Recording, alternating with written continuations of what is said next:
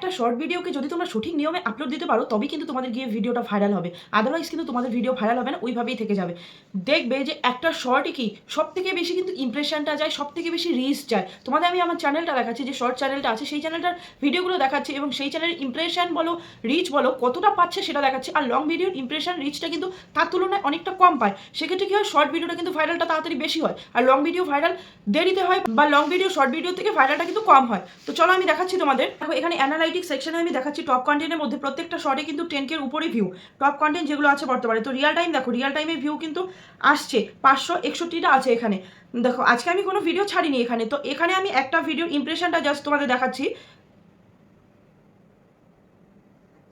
তো দেখো এই শর্টটার ইমপ্রেশনটা দেখো, এই শর্টটার ভিউটা দেখো 10K ভিউ, কিন্তু 10K এর উপরে ভিউ। আর সাবস্ক্রাইবার এখান থেকে পেয়েছি আমি 36টা এই শর্ট থেকে আমি সাবস্ক্রাইবার পেয়েছি।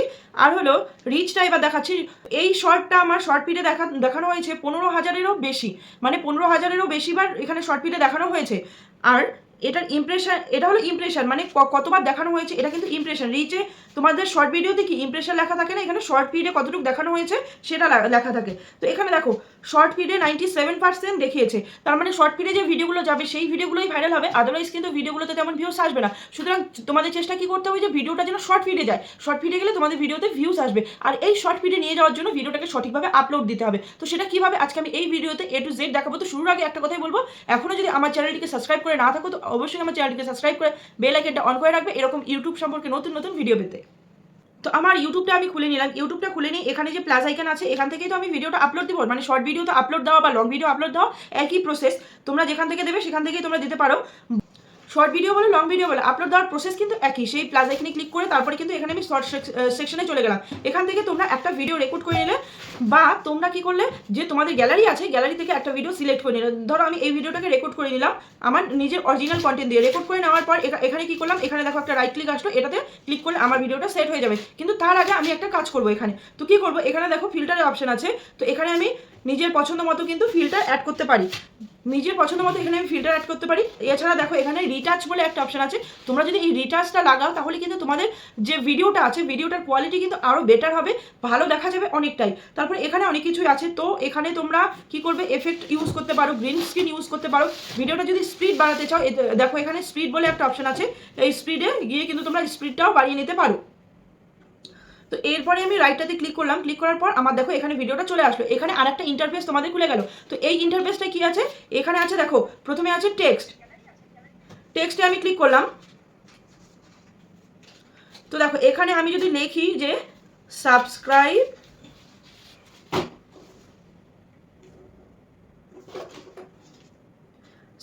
নাও, এখানে আমি লিখলাম সাবস্ক্রাইব নাও।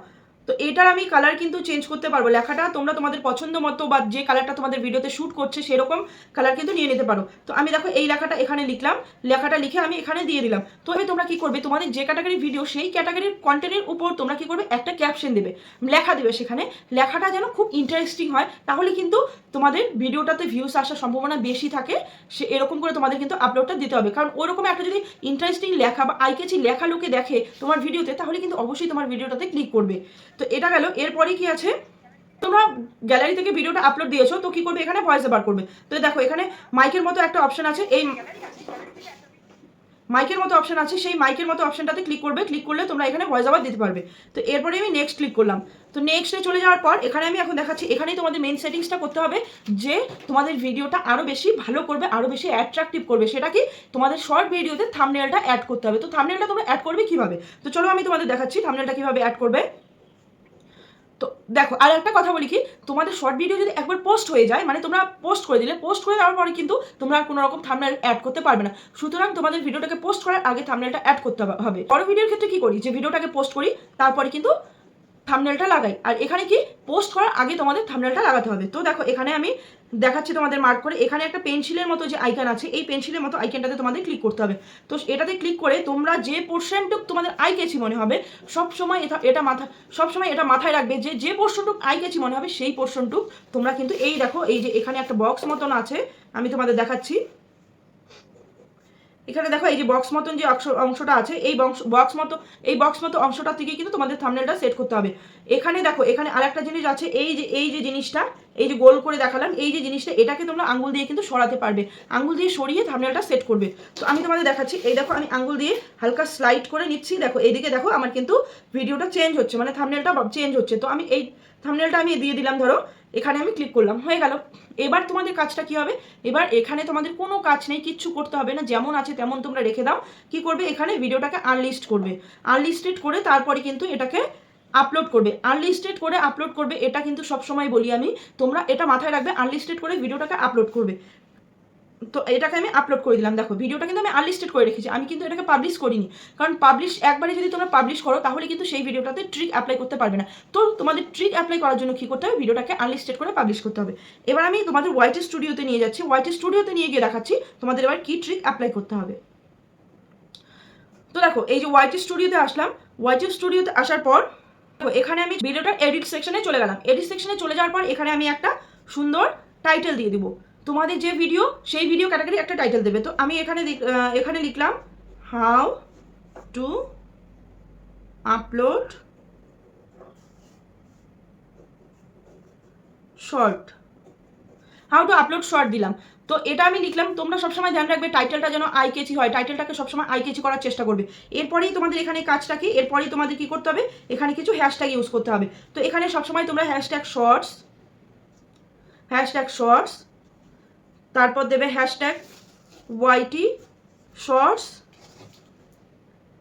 এরপর দেবে হ্যাশট্যাগ ইউটিউব শর্টস, তারপর দেবে তোমাদের চ্যানেলের নাম। তোমাদের চ্যানেলের নামটা কিন্তু অবশ্যই হ্যাশট্যাগে তোমরা ব্যবহার করবে, নচেত তোমাদের চ্যানেলটা কিন্তু র্যাঙ্ক করবে না। তোমাদের চ্যানেলটাকে যদি র্যাঙ্ক করাতে চাও তাহলে অবশ্যই তোমাদের হ্যাশট্যাগ কিন্তু ইউজ করতে হবে, সেটা লং ভিডিও বলো শর্ট ভিডিও বলো, যে কোনো ক্ষেত্রে কিন্তু তোমাদের হ্যাশট্যাগটা ইউজ করতে হবে। তো এখানে হয়ে গেল, এবার সোজা কি করবো, এই টাইটেলটাকে আমি কপি করব।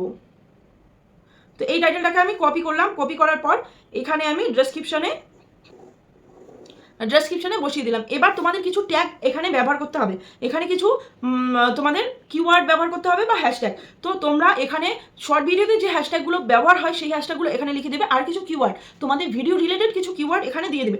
কেন বলছি সেটা আমি তোমাদের একটু পরে দেখাচ্ছি, যে কিওয়ার্ডের মাধ্যমে কি হয় সেটা আমি লাইভ প্রুফ তোমাদের দেখাচ্ছি। দেখো তোমরা ভিডিওটা কন্টিনিউ করতে থাকো, আমি দেখাচ্ছি। তো এখানে করে এরপরে অডিয়েন্সের জায়গায় কিন্তু এই ভুলটা তোমরা কখনো করবে না। এখানে অনেকেই কি করে, yes it's made for kids এটা অন করে রাখে, এটা কিন্তু তোমরা কখনোই করবে না। তোমরা এটা সিলেক্ট করবে সবসময়, no it's not made for kids, এটা কিন্তু বাচ্চাদের জন্য না, এই ভিডিওটা বড়দের জন্য। তো যদি তোমরা বাচ্চাদের জন্য সেট করে রাখো তাহলে কিন্তু তোমাদের ভিডিওতে তেমন ভিউ আসবে না। তো এটা হয়ে গেল। এরপরে কি করবে, তোমরা এই ভিডিওর মাধ্যমে যদি তোমাদের লং ভিডিওতে ভিউ আনতে চাও তাহলে রিলেটেড ভিডিও এখানে ক্লিক করবে। ক্লিক করার পর এখানে তোমাদের যদি ভেরিফিকেশন করা না থাকে তোমাদের চ্যানেলটা, তাহলে ভেরিফিকেশনটা করে নিতে হবে।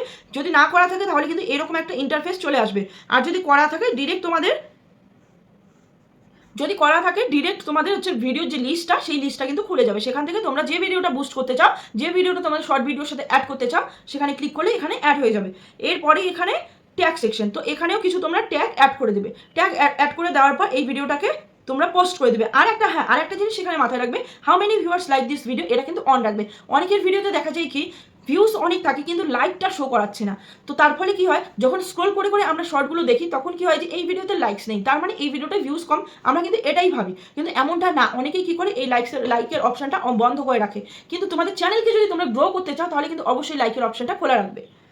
তো এইভাবে তোমরা ভিডিওটাকে পাবলিশ করে দিবে বা শিডিউল করে আপলোড দিতে পারো বা পাবলিশ করতে পারো। তো এটা হয়ে গেল। এবার আমি তোমাদের দেখাচ্ছি যে ট্যাগ দেওয়ার ফলে কি হয়, ট্যাগটা কেন ব্যবহার করা হয়। অনেকের মনে প্রশ্ন আসতেই পারে যে ট্যাগ কিওয়ার্ড এগুলো তো সব লং ভিডিওর জন্য, তো শর্ট ভিডিওতে এগুলো কাজ কি, শর্ট ভিডিওতে তো ট্যাগ লাগে না, কিওয়ার্ড লাগে না, তাহলে শর্ট ভিডিওতে আমি কেন ব্যবহার করবো। তো সেই প্রশ্নের উত্তরটাই আমি এখন দেবো। তো এখান থেকে আমার একটা ভিডিও আমি সিলেক্ট করে নিচ্ছি, সিলেক্ট করে নেওয়ার পর এখানে আমি রিচে চলে গেলাম। রিচে যাওয়ার পর দেখো এখানে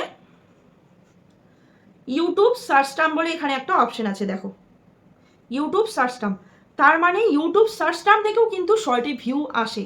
আমার প্রত্যেকটা শর্টে যেগুলোতে ভালো ভিউ এসেছে সার্চ টার্ম থেকে কিন্তু ভিউ এসেছে। তোমাদের এখানে দেখাচ্ছি, দেখো টিকটক এই সার্চ টার্ম থেকে এসেছে 3.1%, সং এখান থেকে এসেছে 2.6%, নাটক এখান থেকে এসেছে 1.8%।